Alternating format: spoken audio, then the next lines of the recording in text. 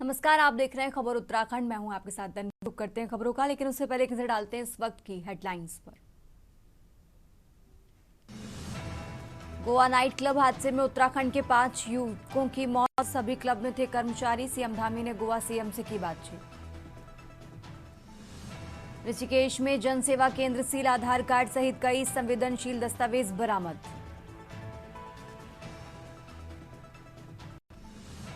उत्तराखंड में 2 बड़ी परियोजनाओं को केंद्र सरकार से मिली मंजूरी। हल्द्वानी से हरिद्वार तक बनेगी एलिवेटेड रोड।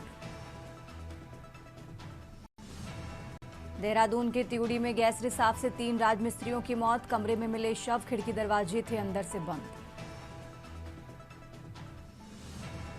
क्रिसमस और नए साल के लिए ओली में गढ़वाल मंडल विकास निगम के गेस्ट हाउस की बुकिंग फुल।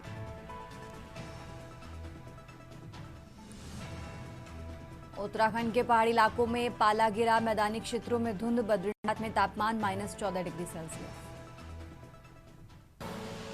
आप देख रहे हैं के न्यूज, खबरों का सारथी। और अब रुक करते हैं खबरों का। शुरुआत करते हैं देहरादून की खबर से। देहरादून से खबर आपको बता रहे हैं, जहां दुग्ध उत्पादकों की संख्या न बढ़ने पर मंत्री नाराज हैं। प्रदेश के पशुपालन मंत्री सौरभ बहुगुणा नाराज हुए हैं। आईआरडी सभागार में हुए कार्यक्रम में उन्होंने नाराजगी जताई है और साथ ही कहा कि 3.5 साल पहले भी इनकी संख्या 51,000 थी। तो देहरादून से खबर आपको बता रहे हैं, जहां मंत्री नाराज हुए। दुग्ध उत्पादकों की संख्या न बढ़ने पर मंत्री नाराज। देहरादून से यह अहम जानकारी आपको बता रहे हैं, जहां आईआरडीटी सभागार में हुए कार्यक्रम में मंत्री ने नाराजगी जताई है। कहा कि 3.5 साल पहले भी इनकी संख्या 51,000 थी। तो दुग्ध उत्पादकों की संख्या न बढ़ने पर मंत्री नाराज।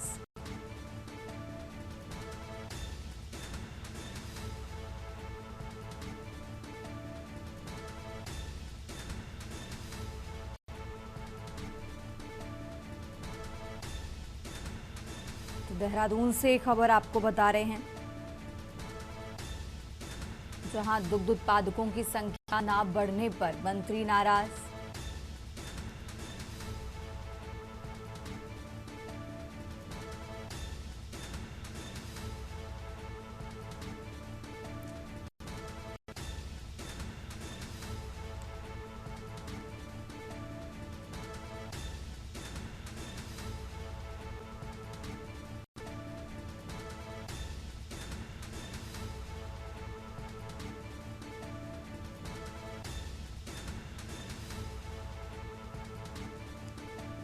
तो देहरादून से खबर आपको बता रहे हैं, जहां आईआरडीटी सभागार में कार्यक्रम का आयोजन किया गया और इस कार्यक्रम में शामिल हुए मंत्री ने नाराजगी जताई है।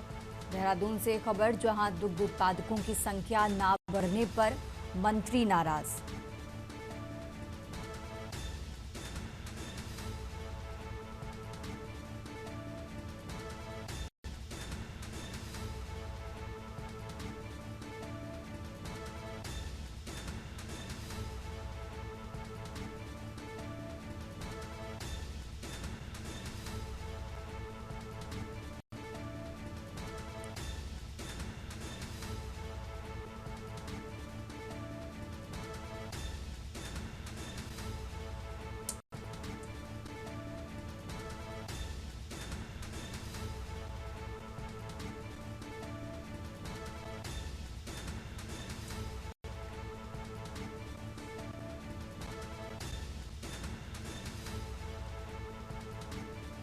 तो दुग्ध उत्पादकों की संख्या न बढ़ने पर मंत्री ने नाराजगी जताई है। देहरादून से खबर आपको बता रहे हैं, जहां आईआरडीटी सभागार में हुए कार्यक्रम में नाराजगी जताई और कहा कि 3.5 साल पहले भी इनकी संख्या 51,000 थी।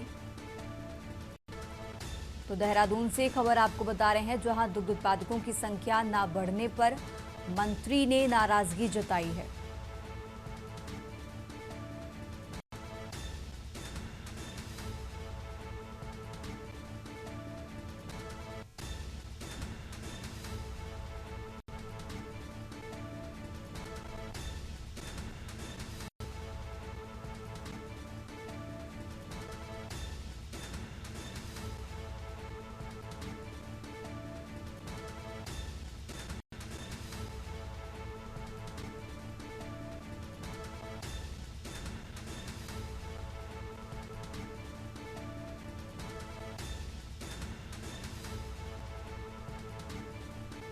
देहरादून से खबर आपको बता रहे हैं, जहां दुग्ध उत्पादकों की संख्या न बढ़ने पर मंत्री ने नाराजगी जताई।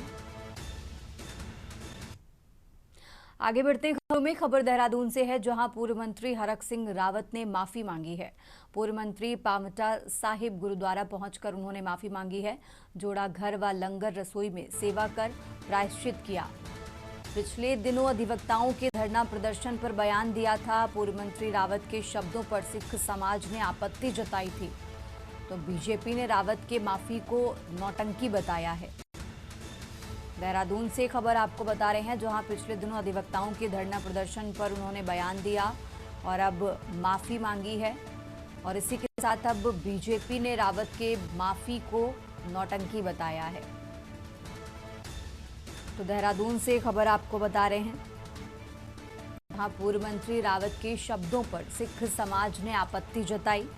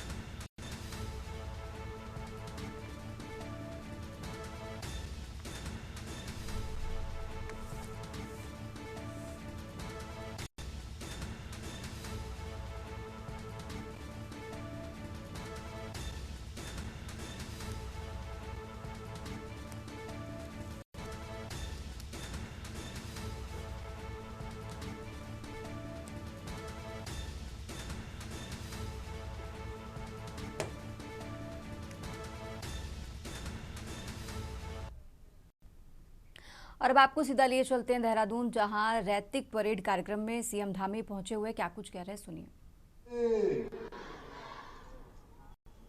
होमगार्ड स्थापना दिवस रैतिक परेड के अवसर पर आज के इस कार्यक्रम में उपस्थित रायपुर विधानसभा के माननीय विधायक श्री उमेश शर्मा काऊ जी, राजपुर विधानसभा के माननीय विधायक श्री खजानदास जी, माननीय विधायक कैंट श्रीमती सविता कपूर जी, श्री श्यामवीर सैनी जी, शंभू पासवान जी, कैलाश पंत जी, मधु भट्ट जी और यहाँ पर उपस्थित सचिव गृह श्री शैलेश बगोली जी, पुलिस महानिदेशक Uttarakhand Shri Deepam Seth ji, DG home guard doctor PVK Prasad ji, ADGP law and order Shri doctor V Murugesan ji, Sanjeev Kumar ji एवं यहाँ पर उपस्थित सभी अधिकारीगण, सभी होमगार्ड्स के हमारे जवान, सभी आज आए हुए यहाँ पर अतिथिगण, सभी हमारे होमगार्ड्स एवं उनके सभी पारिवारिक जन, विभिन्न विद्यालयों से आए हुए समस्त छात्र एवं छात्राएं,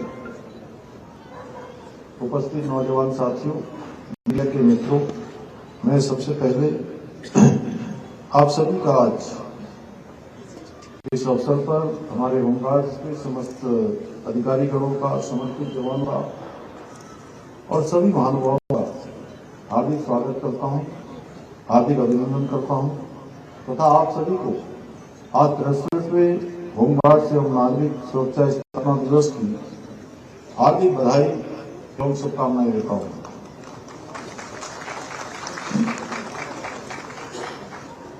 साथ ही मैं आप सभी जवानों के हौसले, अनुशासन, कर्तव्य निष्ठा और सेवा भावना को नमन करते हुए आपके उज्जवल भविष्य की कामना करता हूं। आज इस अवसर पर आपके द्वारा प्रस्तुत की गई शानदार रैली परेड अत्यंत ही मनोहारी। परेड में राष्ट्र सेवा के प्रति आपके समर्पण, साहस और उत्कृष्टता की शानदार झलक देखने को मिली।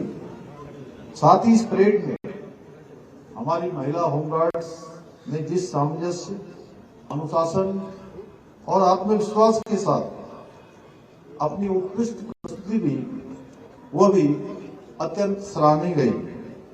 साथियों, राष्ट्र सेवाओं का अद्वितीय उदाहरण यदि कहीं स्पष्ट देखने को मिलता है तो वो आप जैसे समर्पित जवानों के बीच आकर ही अनुभव होता है। आप सभी कठिन से कठिन परिस्थितियों में धैर्य, समर्पण और अदम्य इच्छा शक्ति के साथ प्रदेश की सुरक्षा व्यवस्था, जन सेवा के दायित्वों को निभाने में सदैव अग्रणी भूमिका निभाते हैं। मैंने स्वयं देखा है कि अपनी ड्यूटी के दौरान हमारे होमगार्ड्स के जवान न तो धूप की परवाह करते हैं, न बरसात से उनके हौसले कमजोर पड़ते हैं और न ठंड में उनके हाथ कांपते हैं। वो हर परिस्थिति में अपने कर्तव्यों का निर्वहन करने में पूरी निष्ठा और समर्पण से डटे रहते हैं। आज हमारे होमगार्ड केवल यातायात प्रबंधन और कानून व्यवस्था को बनाए रखने तक ही सीमित नहीं है, बल्कि कुंभ और कांवड़ यात्रा जैसे विशाल धार्मिक आयोजनों को सफलतापूर्वक संपन्न कराने में भी वे अत्यंत महत्वपूर्ण भूमिका निभा रहे हैं। इसके साथ ही 4 धामों के साथ साथ हरिद्वार में स्थापित होमगार्ड्स हेल्प डेस्क देश विदेश से आने वाले श्रद्धालुओं और पर्यटकों को हर संभव सहायता उपलब्ध कराने में भी अपनी अग्रणी भूमिका निभा रहे हैं। साथियों, हमारे प्रदेश की भौगोलिक परिस्थितियों के कारण हमें समय समय पर प्राकृतिक आपदाओं का भी सामना करना पड़ता है। प्रत्येक वर्ष हमें किसी न किसी रूप में आपदा का सामना करना पड़ता है। मुझे गर्व है कि हमारे होमगार्ड्स के जवान प्राकृतिक आपदाओं के समय में भी आवश्यकता पड़ने पर त्वरित रूप से घटना स्थल पर पहुंचकर राहत और बचाव कार्य करने में पूरी तत्परता और समर्पण के साथ जुट जाते हैं। साथियों, आप सभी के हौसले और समर्पण को उचित सम्मान देते हुए हमारी सरकार ने होमगार्ड जवानों के कल्याण और संगठन के उत्थान हेतु अनेक महत्वपूर्ण निर्णय लिए हैं। एक ओर जहां हमारी सरकार ने पहली बार होमगार्ड जवानों को 12 आकस्मिक अवकाश प्रदान करने का निर्णय लिया है, वहीं महिला होमगार्ड्स को प्रसूति अवकाश प्रदान करने की सुविधा भी प्रारंभ की है। इसके अलावा हमने जहां एक और पुलिस कर्मियों और एनडीआरएफ की भांति 9,000 फीट अधिक ऊंचाई पर ड्यूटी करने वाले होमगार्ड स्वयंसेवकों को 200 रुपए प्रोत्साहन राशि देने का निर्णय लिया है। वहीं हम एसडीआरएफ के जवानों के साथ प्रशिक्षित हुए होमगार्ड के जवानों को 100 रुपए प्रतिदिन प्रोत्साहन राशि भी प्रदान कर रहे हैं। आज के इस अवसर पर कुछ घोषणाएं भी मैं करना चाहता हूं। होमगार्ड स्वयंसेवकों को वर्दी भत्ता अनुमति दिया जाएगा।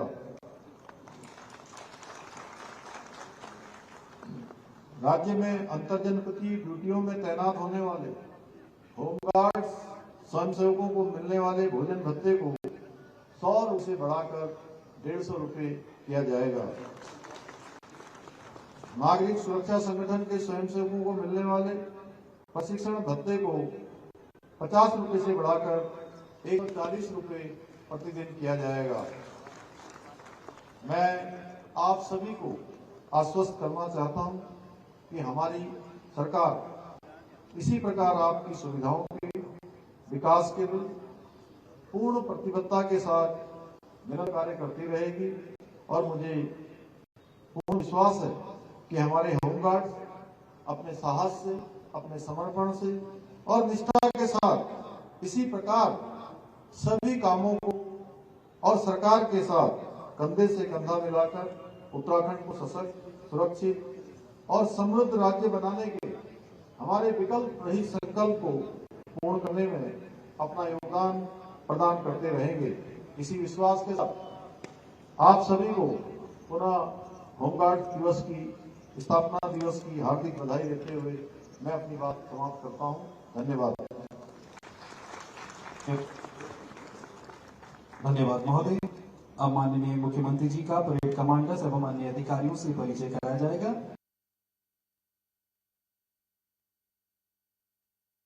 बढ़ते खबरों में खबर गदरपुर से है, जहां तराई केंद्रीय वन विभाग रुद्रपुर के पीपल पड़ाव एवं टांडा रेंज की वन विभाग टीम ने तड़के 5 लाख की बेसकीमती खैर से भरा ट्रक जब्त कर लिया है। जानकारी के अनुसार बरीराय गदरपुर क्षेत्र में लगभग 3 बजे लकड़ी माफियाओं द्वारा लगभग 100 कुंटल खैर ट्रक में भरकर उत्तर प्रदेश ले जा रहे थे। मुखबिर की सूचना पर पीपल पड़ाव रेंज अधिकारी पुरानचंद जोशी व टांडा रेंज अधिकारी रूप नारायण गौतम की संयुक्त टीम ने बरीराय गदरपुर नेशनल हाईवे के पास खैर से भरे ट्रक को पकड़ लिया।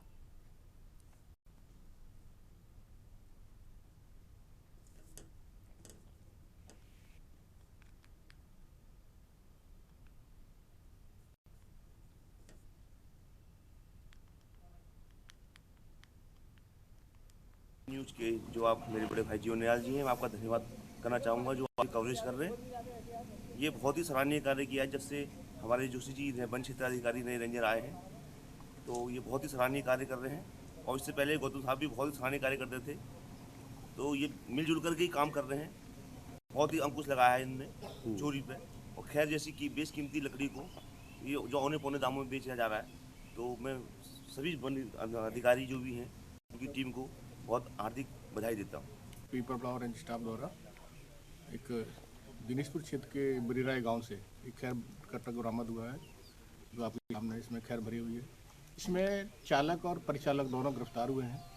ये खैर स्थानीय जंगलों से आई है और कहाँ से कटी, कैसे कटी, इसकी हम प्रस्तुत जांच करके बताएंगे। सर ये लगभग इसकी जो मैं अंतर्राष्ट्रीय बाजार में इसकी कीमत, अंतर्राष्ट्रीय बाजार में कीमत क्या है, लेकिन हाँ इसमें लगभग 1 से 100 कुंटल खैर भरी हुई है जिसकी लगभग 5 से 6 लाख रुपए कीमत होगी। ठीक है। और अब खबर देहरादून से है, जहां जंगली जानवरों की दहशत से स्कूलों का समय बदला है। पौड़ी में जंगली जानवरों की दहशत से स्कूलों का समय बदल दिया गया है। अब 3 बजे तक होगी सभी स्कूलों की छुट्टी और उल्लंघन करने वाले स्कूलों पर कार्रवाई भी की जाएगी। तो देहरादून से खबर आपको बता रहे हैं, जहां आंगनबाड़ी समेत सभी सरकारी व निजी स्कूलों का समय बदला गया। सुबह 9:15 से दोपहर 3 बजे तक संचालित होंगे स्कूल। इस तरीके का निर्देश जारी किया गया है और इसी के साथ उल्लंघन करने वाले स्कूलों पर कार्रवाई भी की जाएगी। तो देहरादून से खबर आपको बता रहे हैं, जहां अब 3 बजे तक सभी स्कूलों की छुट्टी होगी। अब 3 बजे तक सभी स्कूलों की छुट्टी होगी, इसको लेकर निर्देश जारी किया गया है। आंगनबाड़ी समेत सभी सरकारी व निजी स्कूलों का समय बदला गया है। तो देहरादून से खबर आपको बता रहे हैं, देहरादून से यह हम जानकारी आपको बता रहे हैं, जहां स्कूलों का समय बदल दिया गया है। जंगली जानवरों की दहशत से स्कूलों का समय बदला गया।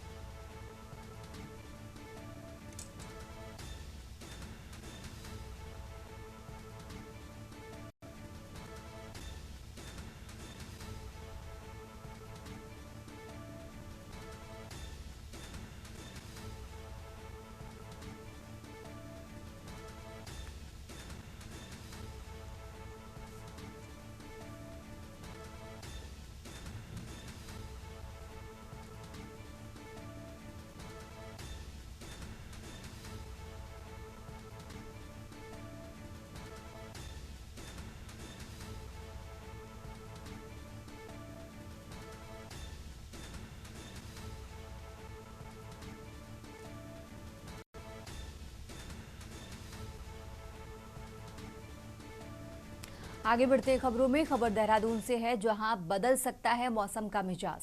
पहाड़ों में वर्षा बर्फबारी के आसार जताई गई है और इसी के साथ उत्तराखंड के मैदानी क्षेत्रों में मौसम शुष्क बना रहेगा। तो देहरादून से खबर आपको बता रहे हैं, जहां तापमान में मामूली इजाफा दर्ज किया गया है। सुबह शाम महसूस की जा रही है कड़ाके की ठंड।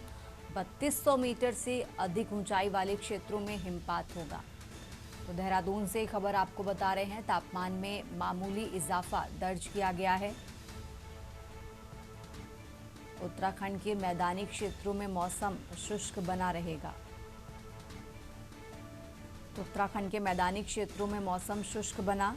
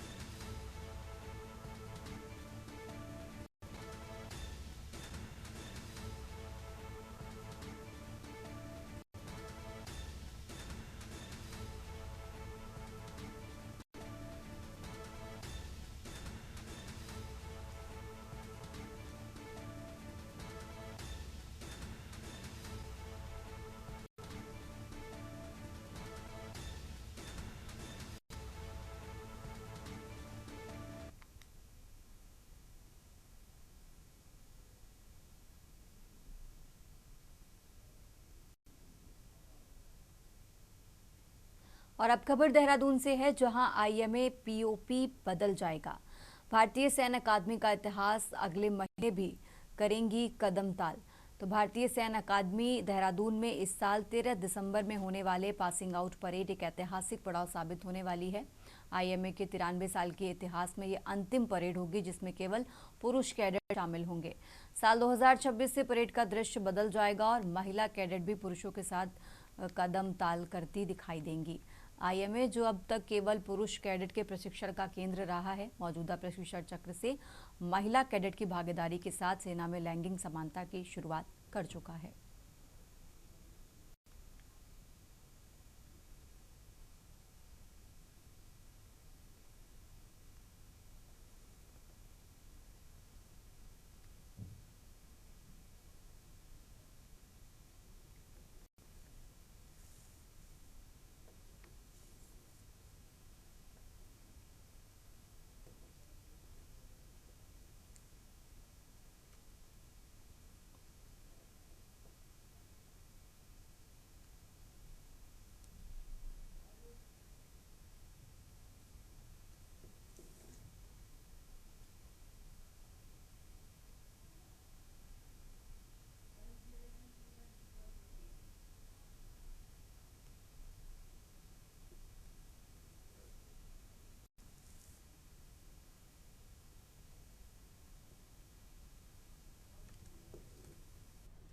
और अब खबर कोटद्वार से है, जहां उत्तराखंड में छिड़ी पहाड़ बनाम मैदान की लड़ाई कोई नई लड़ाई नहीं है, बल्कि जब उत्तराखंड अविभाजित उत्तर प्रदेश का हिस्सा था तब भी ये लड़ाई लड़ी जाती थी। पूर्व कैबिनेट मंत्री एवं अविभाजित उत्तर प्रदेश में विधायक रहे मंत्री प्रसाद नैथानी की यदि माने तो पहाड़ बनाम मैदान की लड़ाई तब भी लड़ी जाती थी।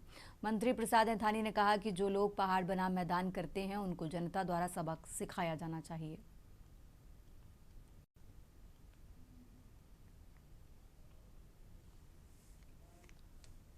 उत्तराखंड को पत्थर थोड़ी है भाई। तो मेरी तो एक बार, मैं उस समय विधायक था, मेरी तो एक मिनिस्टर से झगड़ा हो गया था मेरा कि आपने कैसे कह दिया कि उत्तराखंड में पटक दूंगा। मैंने कहा उत्तराखंड कोई पत्थर थोड़ी है या धोबी का पटड़ा थोड़ी है। तो ये जो पहाड़ बनाम मैदान का इशू है ये ख़त्म होना चाहिए, ये आगे नहीं बढ़ना चाहिए। और मेरी उत्तराखंड की जनता से अपील है कि ऐसे जो जिसको कहते हैं कि ऐसे विचारों को अपने स्तर पर वो ख़त्म करें, ऐसे विचारों को आगे पनपने न दें। कांग्रेस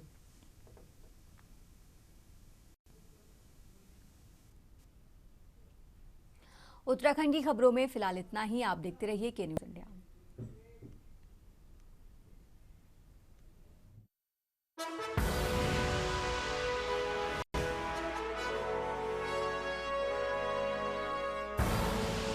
आप देख रहे हैं के न्यूज़, खबरों का सार।